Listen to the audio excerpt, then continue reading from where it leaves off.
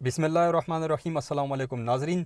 शहबाज शरीफ और जरदारी के बीच में लड़ाई का आगाज़ हो चुका है। हामिद मीर ख़बर लेकर आए हैं। इस वीडियो में आप देखेंगे कि किस तरह इनके बीच में लड़ाई का आगाज़ हो गया है और किस तरह ये आगे जाके फिर इनके मामलात जो है वो गड़बड़ होने वाले हैं।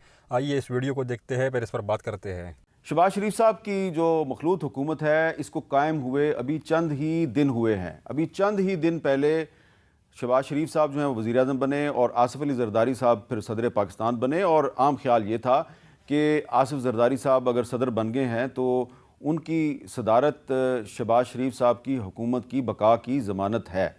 लेकिन शहबाज शरीफ साहब की हुकूमत ने एक अहम फ़ैसला किया और इरसा के चेयरमैन का तकर्रुर किया। इरसा क्या है? इंडस रिवर अथॉरिटी है। तो इस पे पीपल्स पार्टी जो है उसने बड़ा एतराज़ किया और कौमी असम्बली में पीपल्स पार्टी के सीनियर रहनुमा सैयद नवीद कमर साहब ने एक बहुत धुआंधार तकरीर की, जिसके नतीजे में आज वज़ीर आज़म शहबाज शरीफ साहब ने ये अपना फ़ैसला वापस ले लिया है। यानी कि 24 घंटे के अंदर अंदर शहबाज शरीफ साहब जो हैं उनको अपना फ़ैसला वापस लेने पे मजबूर कर दिया गया है। तो इससे ख़तरे की घंटियाँ बज उठी हैं। ये सवाल पैदा हो गया है कि शहबाज शरीफ साहब की जो मखलूत हुकूमत है ये अपनी मुद्दत पूरी करेगी या नहीं करेगी। तो हम जायज़ा लेते हैं कि पाकिस्तान में जो मखलूत हुकूमतें हैं वो कामयाब क्यों नहीं होती। लेकिन सबसे पहले आपको सुनवाते हैं कि जो सैयद नवीद कमर साहब हैं उन्होंने कौमी असम्बली में कहा क्या था, जिस पे शहबाज शरीफ साहब को फ़ौरन अपना फैसला वापस लेना पड़ा। There's a very serious illegal and constitutional act that has taken place in Pakistan. During the period of the interim government, an ordinance was promulgated which took away the powers given under the IRSA Act, the Indus River System Authority. The power was given to the Prime Minister, therefore only to the federal government.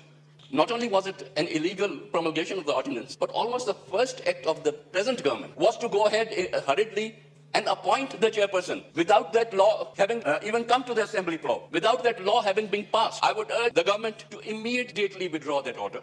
Do not usurp the rights of the provinces and do not destroy Pakistan as a federation. We are not going back to the one unit era. Naveed कमर साहब ने कहा do not destroy Pakistan as a federation, और ये भी कहा कि इसको दोबारा वन यूनिट ना बनाओ। बड़े ही सख्त अल्फाज थे, बड़े ही सख्त अल्फाज थे। और फिर उसके बाद पीपल्स पार्टी की एक और elected member of the national assembly Shazia मरी साहबा, उन्होंने क्या बयान दिया, क्या उन्होंने ट्वीट किया, ज़रा देखिए। वो कहती हैं strongly condemn the act of bypassing the water accord of 1991 and following an ordinance brought by the caretaker federal government who blatantly violated its mandate. This matter needs to go to CCI and the wrong notification must be withdrawn immediately. तो जनाब उन्होंने कहा कि फौरी तौर पे notification को withdraw करें। और शहबाज शरीफ साहब जो कि मखलूत हुकूमत के वज़ीर आज़म हैं, उन्होंने फौरी तौर पे नोटिफिकेशन विड्रॉ कर दिया। ये है सियासी ताकत पाकिस्तान पीपल्स पार्टी की, जिसकी उन्होंने सिर्फ एक हल्की सी झलकी दिखाई है। और वज़ीर आज़म साहब जो हैं उन्होंने फौरी तौर पे इरसा के चेयरमैन की तकरीरी का नोटिफिकेशन वापस ले लिया है। तो क्या ये शहबाज शरीफ साहब आने वाले वक्त में इस तरह के फ़ैसले कर पाएंगे? पीपल्स पार्टी को अगर कोई उनका फ़ैसला पसंद नहीं आएगा तो क्या शहबाज शरीफ साहब इसी तरह नोटिफिकेशन विड्रॉ करते रहेंगे? तो ये पाकिस्तान में एक मखलूत हुकूमत है। तो ये मखलूत हुकूमत कामयाब होगी नहीं होगी, शहबाज शरीफ साहब अपनी मुद्दत पूरी कर सकेंगे नहीं कर सकेंगे? हो सकता है आपको मेरा ये सवाल गैर ज़रूरी लग रहा हो, लेकिन आज तो उन्होंने अपना एक फ़ैसला जो है उसको विड्रॉ कर दिया ना, नोटिफिकेशन विड्रॉ कर दिया। तो इसलिए ये सवाल बड़ा वैलिड है, इसलिए कि पाकिस्तान में अब तक 24 इलेक्टेड प्राइम मिनिस्टर आ चुके हैं, 24 सियासी हुकूमतें आ चुकी हैं। शहबाज शरीफ साहब की 24वीं सियासी हुकूमत है। इसमें से 18 जो हुकूमतें हैं वो मखलूत थीं और 18 की 18 नाकाम हो गई। और क्यों नाकाम हुई उसकी बहुत सी वजूहात हैं और बड़ी इंटरेस्टिंग वजूहात हैं। अगर आप देखें इंडिया, हमारा हमसाया मुल्क इंडिया जो है, वहाँ पर अब तक 14 वज़ीर आज़म आए हैं। 76 साल में 14 वज़ीर आज़म आए हैं। उसमें कुछ वज़ीर आज़म ऐसे हैं जो बार बार इलेक्ट होते रहे। पहले जो वज़ीर आज़म थे इंडिया के जवाहरलाल नेहरू साहब, 16.5 साल तक उन्होंने हुकूमत की।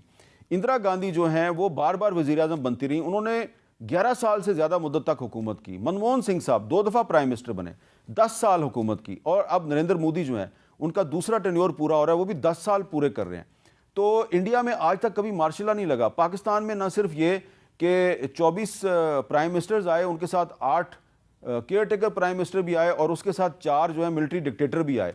तो यहाँ पे तो कोई जो सियासी हुकूमत है उसने आज तक मुद्दत पूरी नहीं की, ये बड़ी अहम बात है। तो ये जो मौजूदा मखलूत हुकूमत है ये कामयाब होगी या नहीं होगी।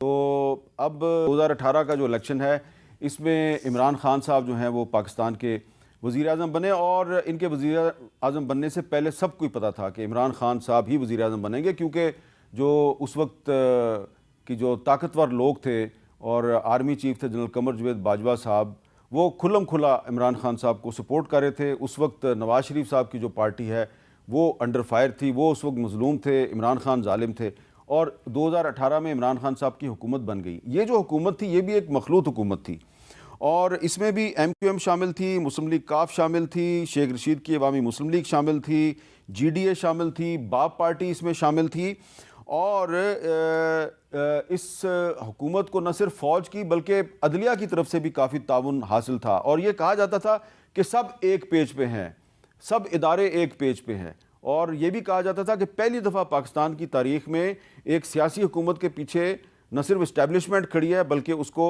अदलिया की तरफ से भी कोई ख़तरा नहीं है। लेकिन उसके बाद आपने देखा कि 2022 में इमरान खान साहब के ख़िलाफ़ एक तहरीक अदम एतमाद आई और उस तहरीक अदम एतमाद के ज़रिए वो अपने ओहदे से हटा दिए गए और वो अपनी मुद्दत पूरी नहीं कर सके। और ये जो 8 फरवरी 2024 का इलेक्शन है पाकिस्तान की तारीख़ का मुतनाज़ा तरीन इलेक्शन था, लेकिन इसके बावजूद एक दफ़ा फिर शहबाज शरीफ साहब जो हैं वो पाकिस्तान के वज़ीर आज़म बन गए और एक उनकी दोबारा मखलूत हुकूमत कायम हुई है।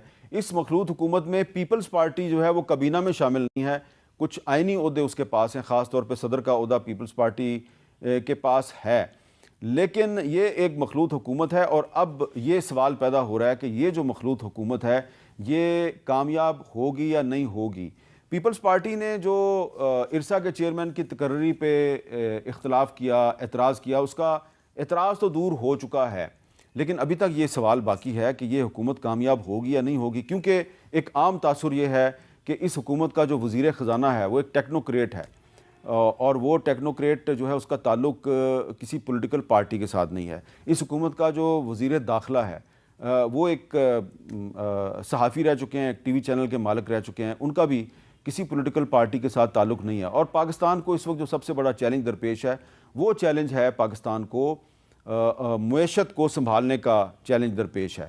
तो ऐसा पहली दफ़ा नहीं हुआ कि एक टेक्नोक्रेट को पाकिस्तान का वज़ीर ख़ज़ाना बनाया गया। इससे पहले भी पाकिस्तान में बहुत से जो टेक्नोक्रेट हैं वो पाकिस्तान के वज़ीर ख़ज़ाना बनते रहे हैं, बल्कि पाकिस्तान के वज़ीर आज़म भी बनते रहे।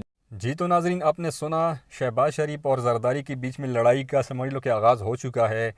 ये बस अल्लाह का करना होता है, क्योंकि धांधली जिस तरह इन लोग इलेक्शन में जिस तरह इन लोगों ने धांधली की और आवाम के मैंडेट पर डाका डाला गया, तो ज़ाहिर सी बात है फिर अल्लाह ताला ऐसे लोगों को नापसंद करता है और फिर इनके बीच में इख्तिलाफ़ात पैदा हो जाते हैं, क्योंकि वो लोगों के साथ जुल्म करते हैं और जुल्म के मुतहद वो आ जाते हैं, हुकूमत पे बैठ जाते हैं। क्योंकि अवाम पाकिस्तान तो बहुत बेबस है और इस वक्त जो मुल्क के हालात है तो पाकिस्तानी अवाम इस वक्त महंगाई से बिल्कुल परेशान है। तो इस हालात में अवाम बहुत बेबस है, लेकिन बात यह है कि अल्लाह तो है ऊपर, अल्लाह तो देख रहा है सारा कुछ कि क्या जुल्म कौन कर रहा है क्या नहीं कर रहा है। अभी इनके बीच में थोड़े इख्तिलाफ़ात आ चुके हैं और आगे फिर चल के इस पर बात करेंगे और ये कुछ ही दिनों की हुकूमत है, ज़्यादा देर नहीं टिक पाएगी। तो नाज़रीन अब तक के लिए इतना ही, मिलते हैं फिर अगली वीडियो में। अल्लाह हाफ़िज़।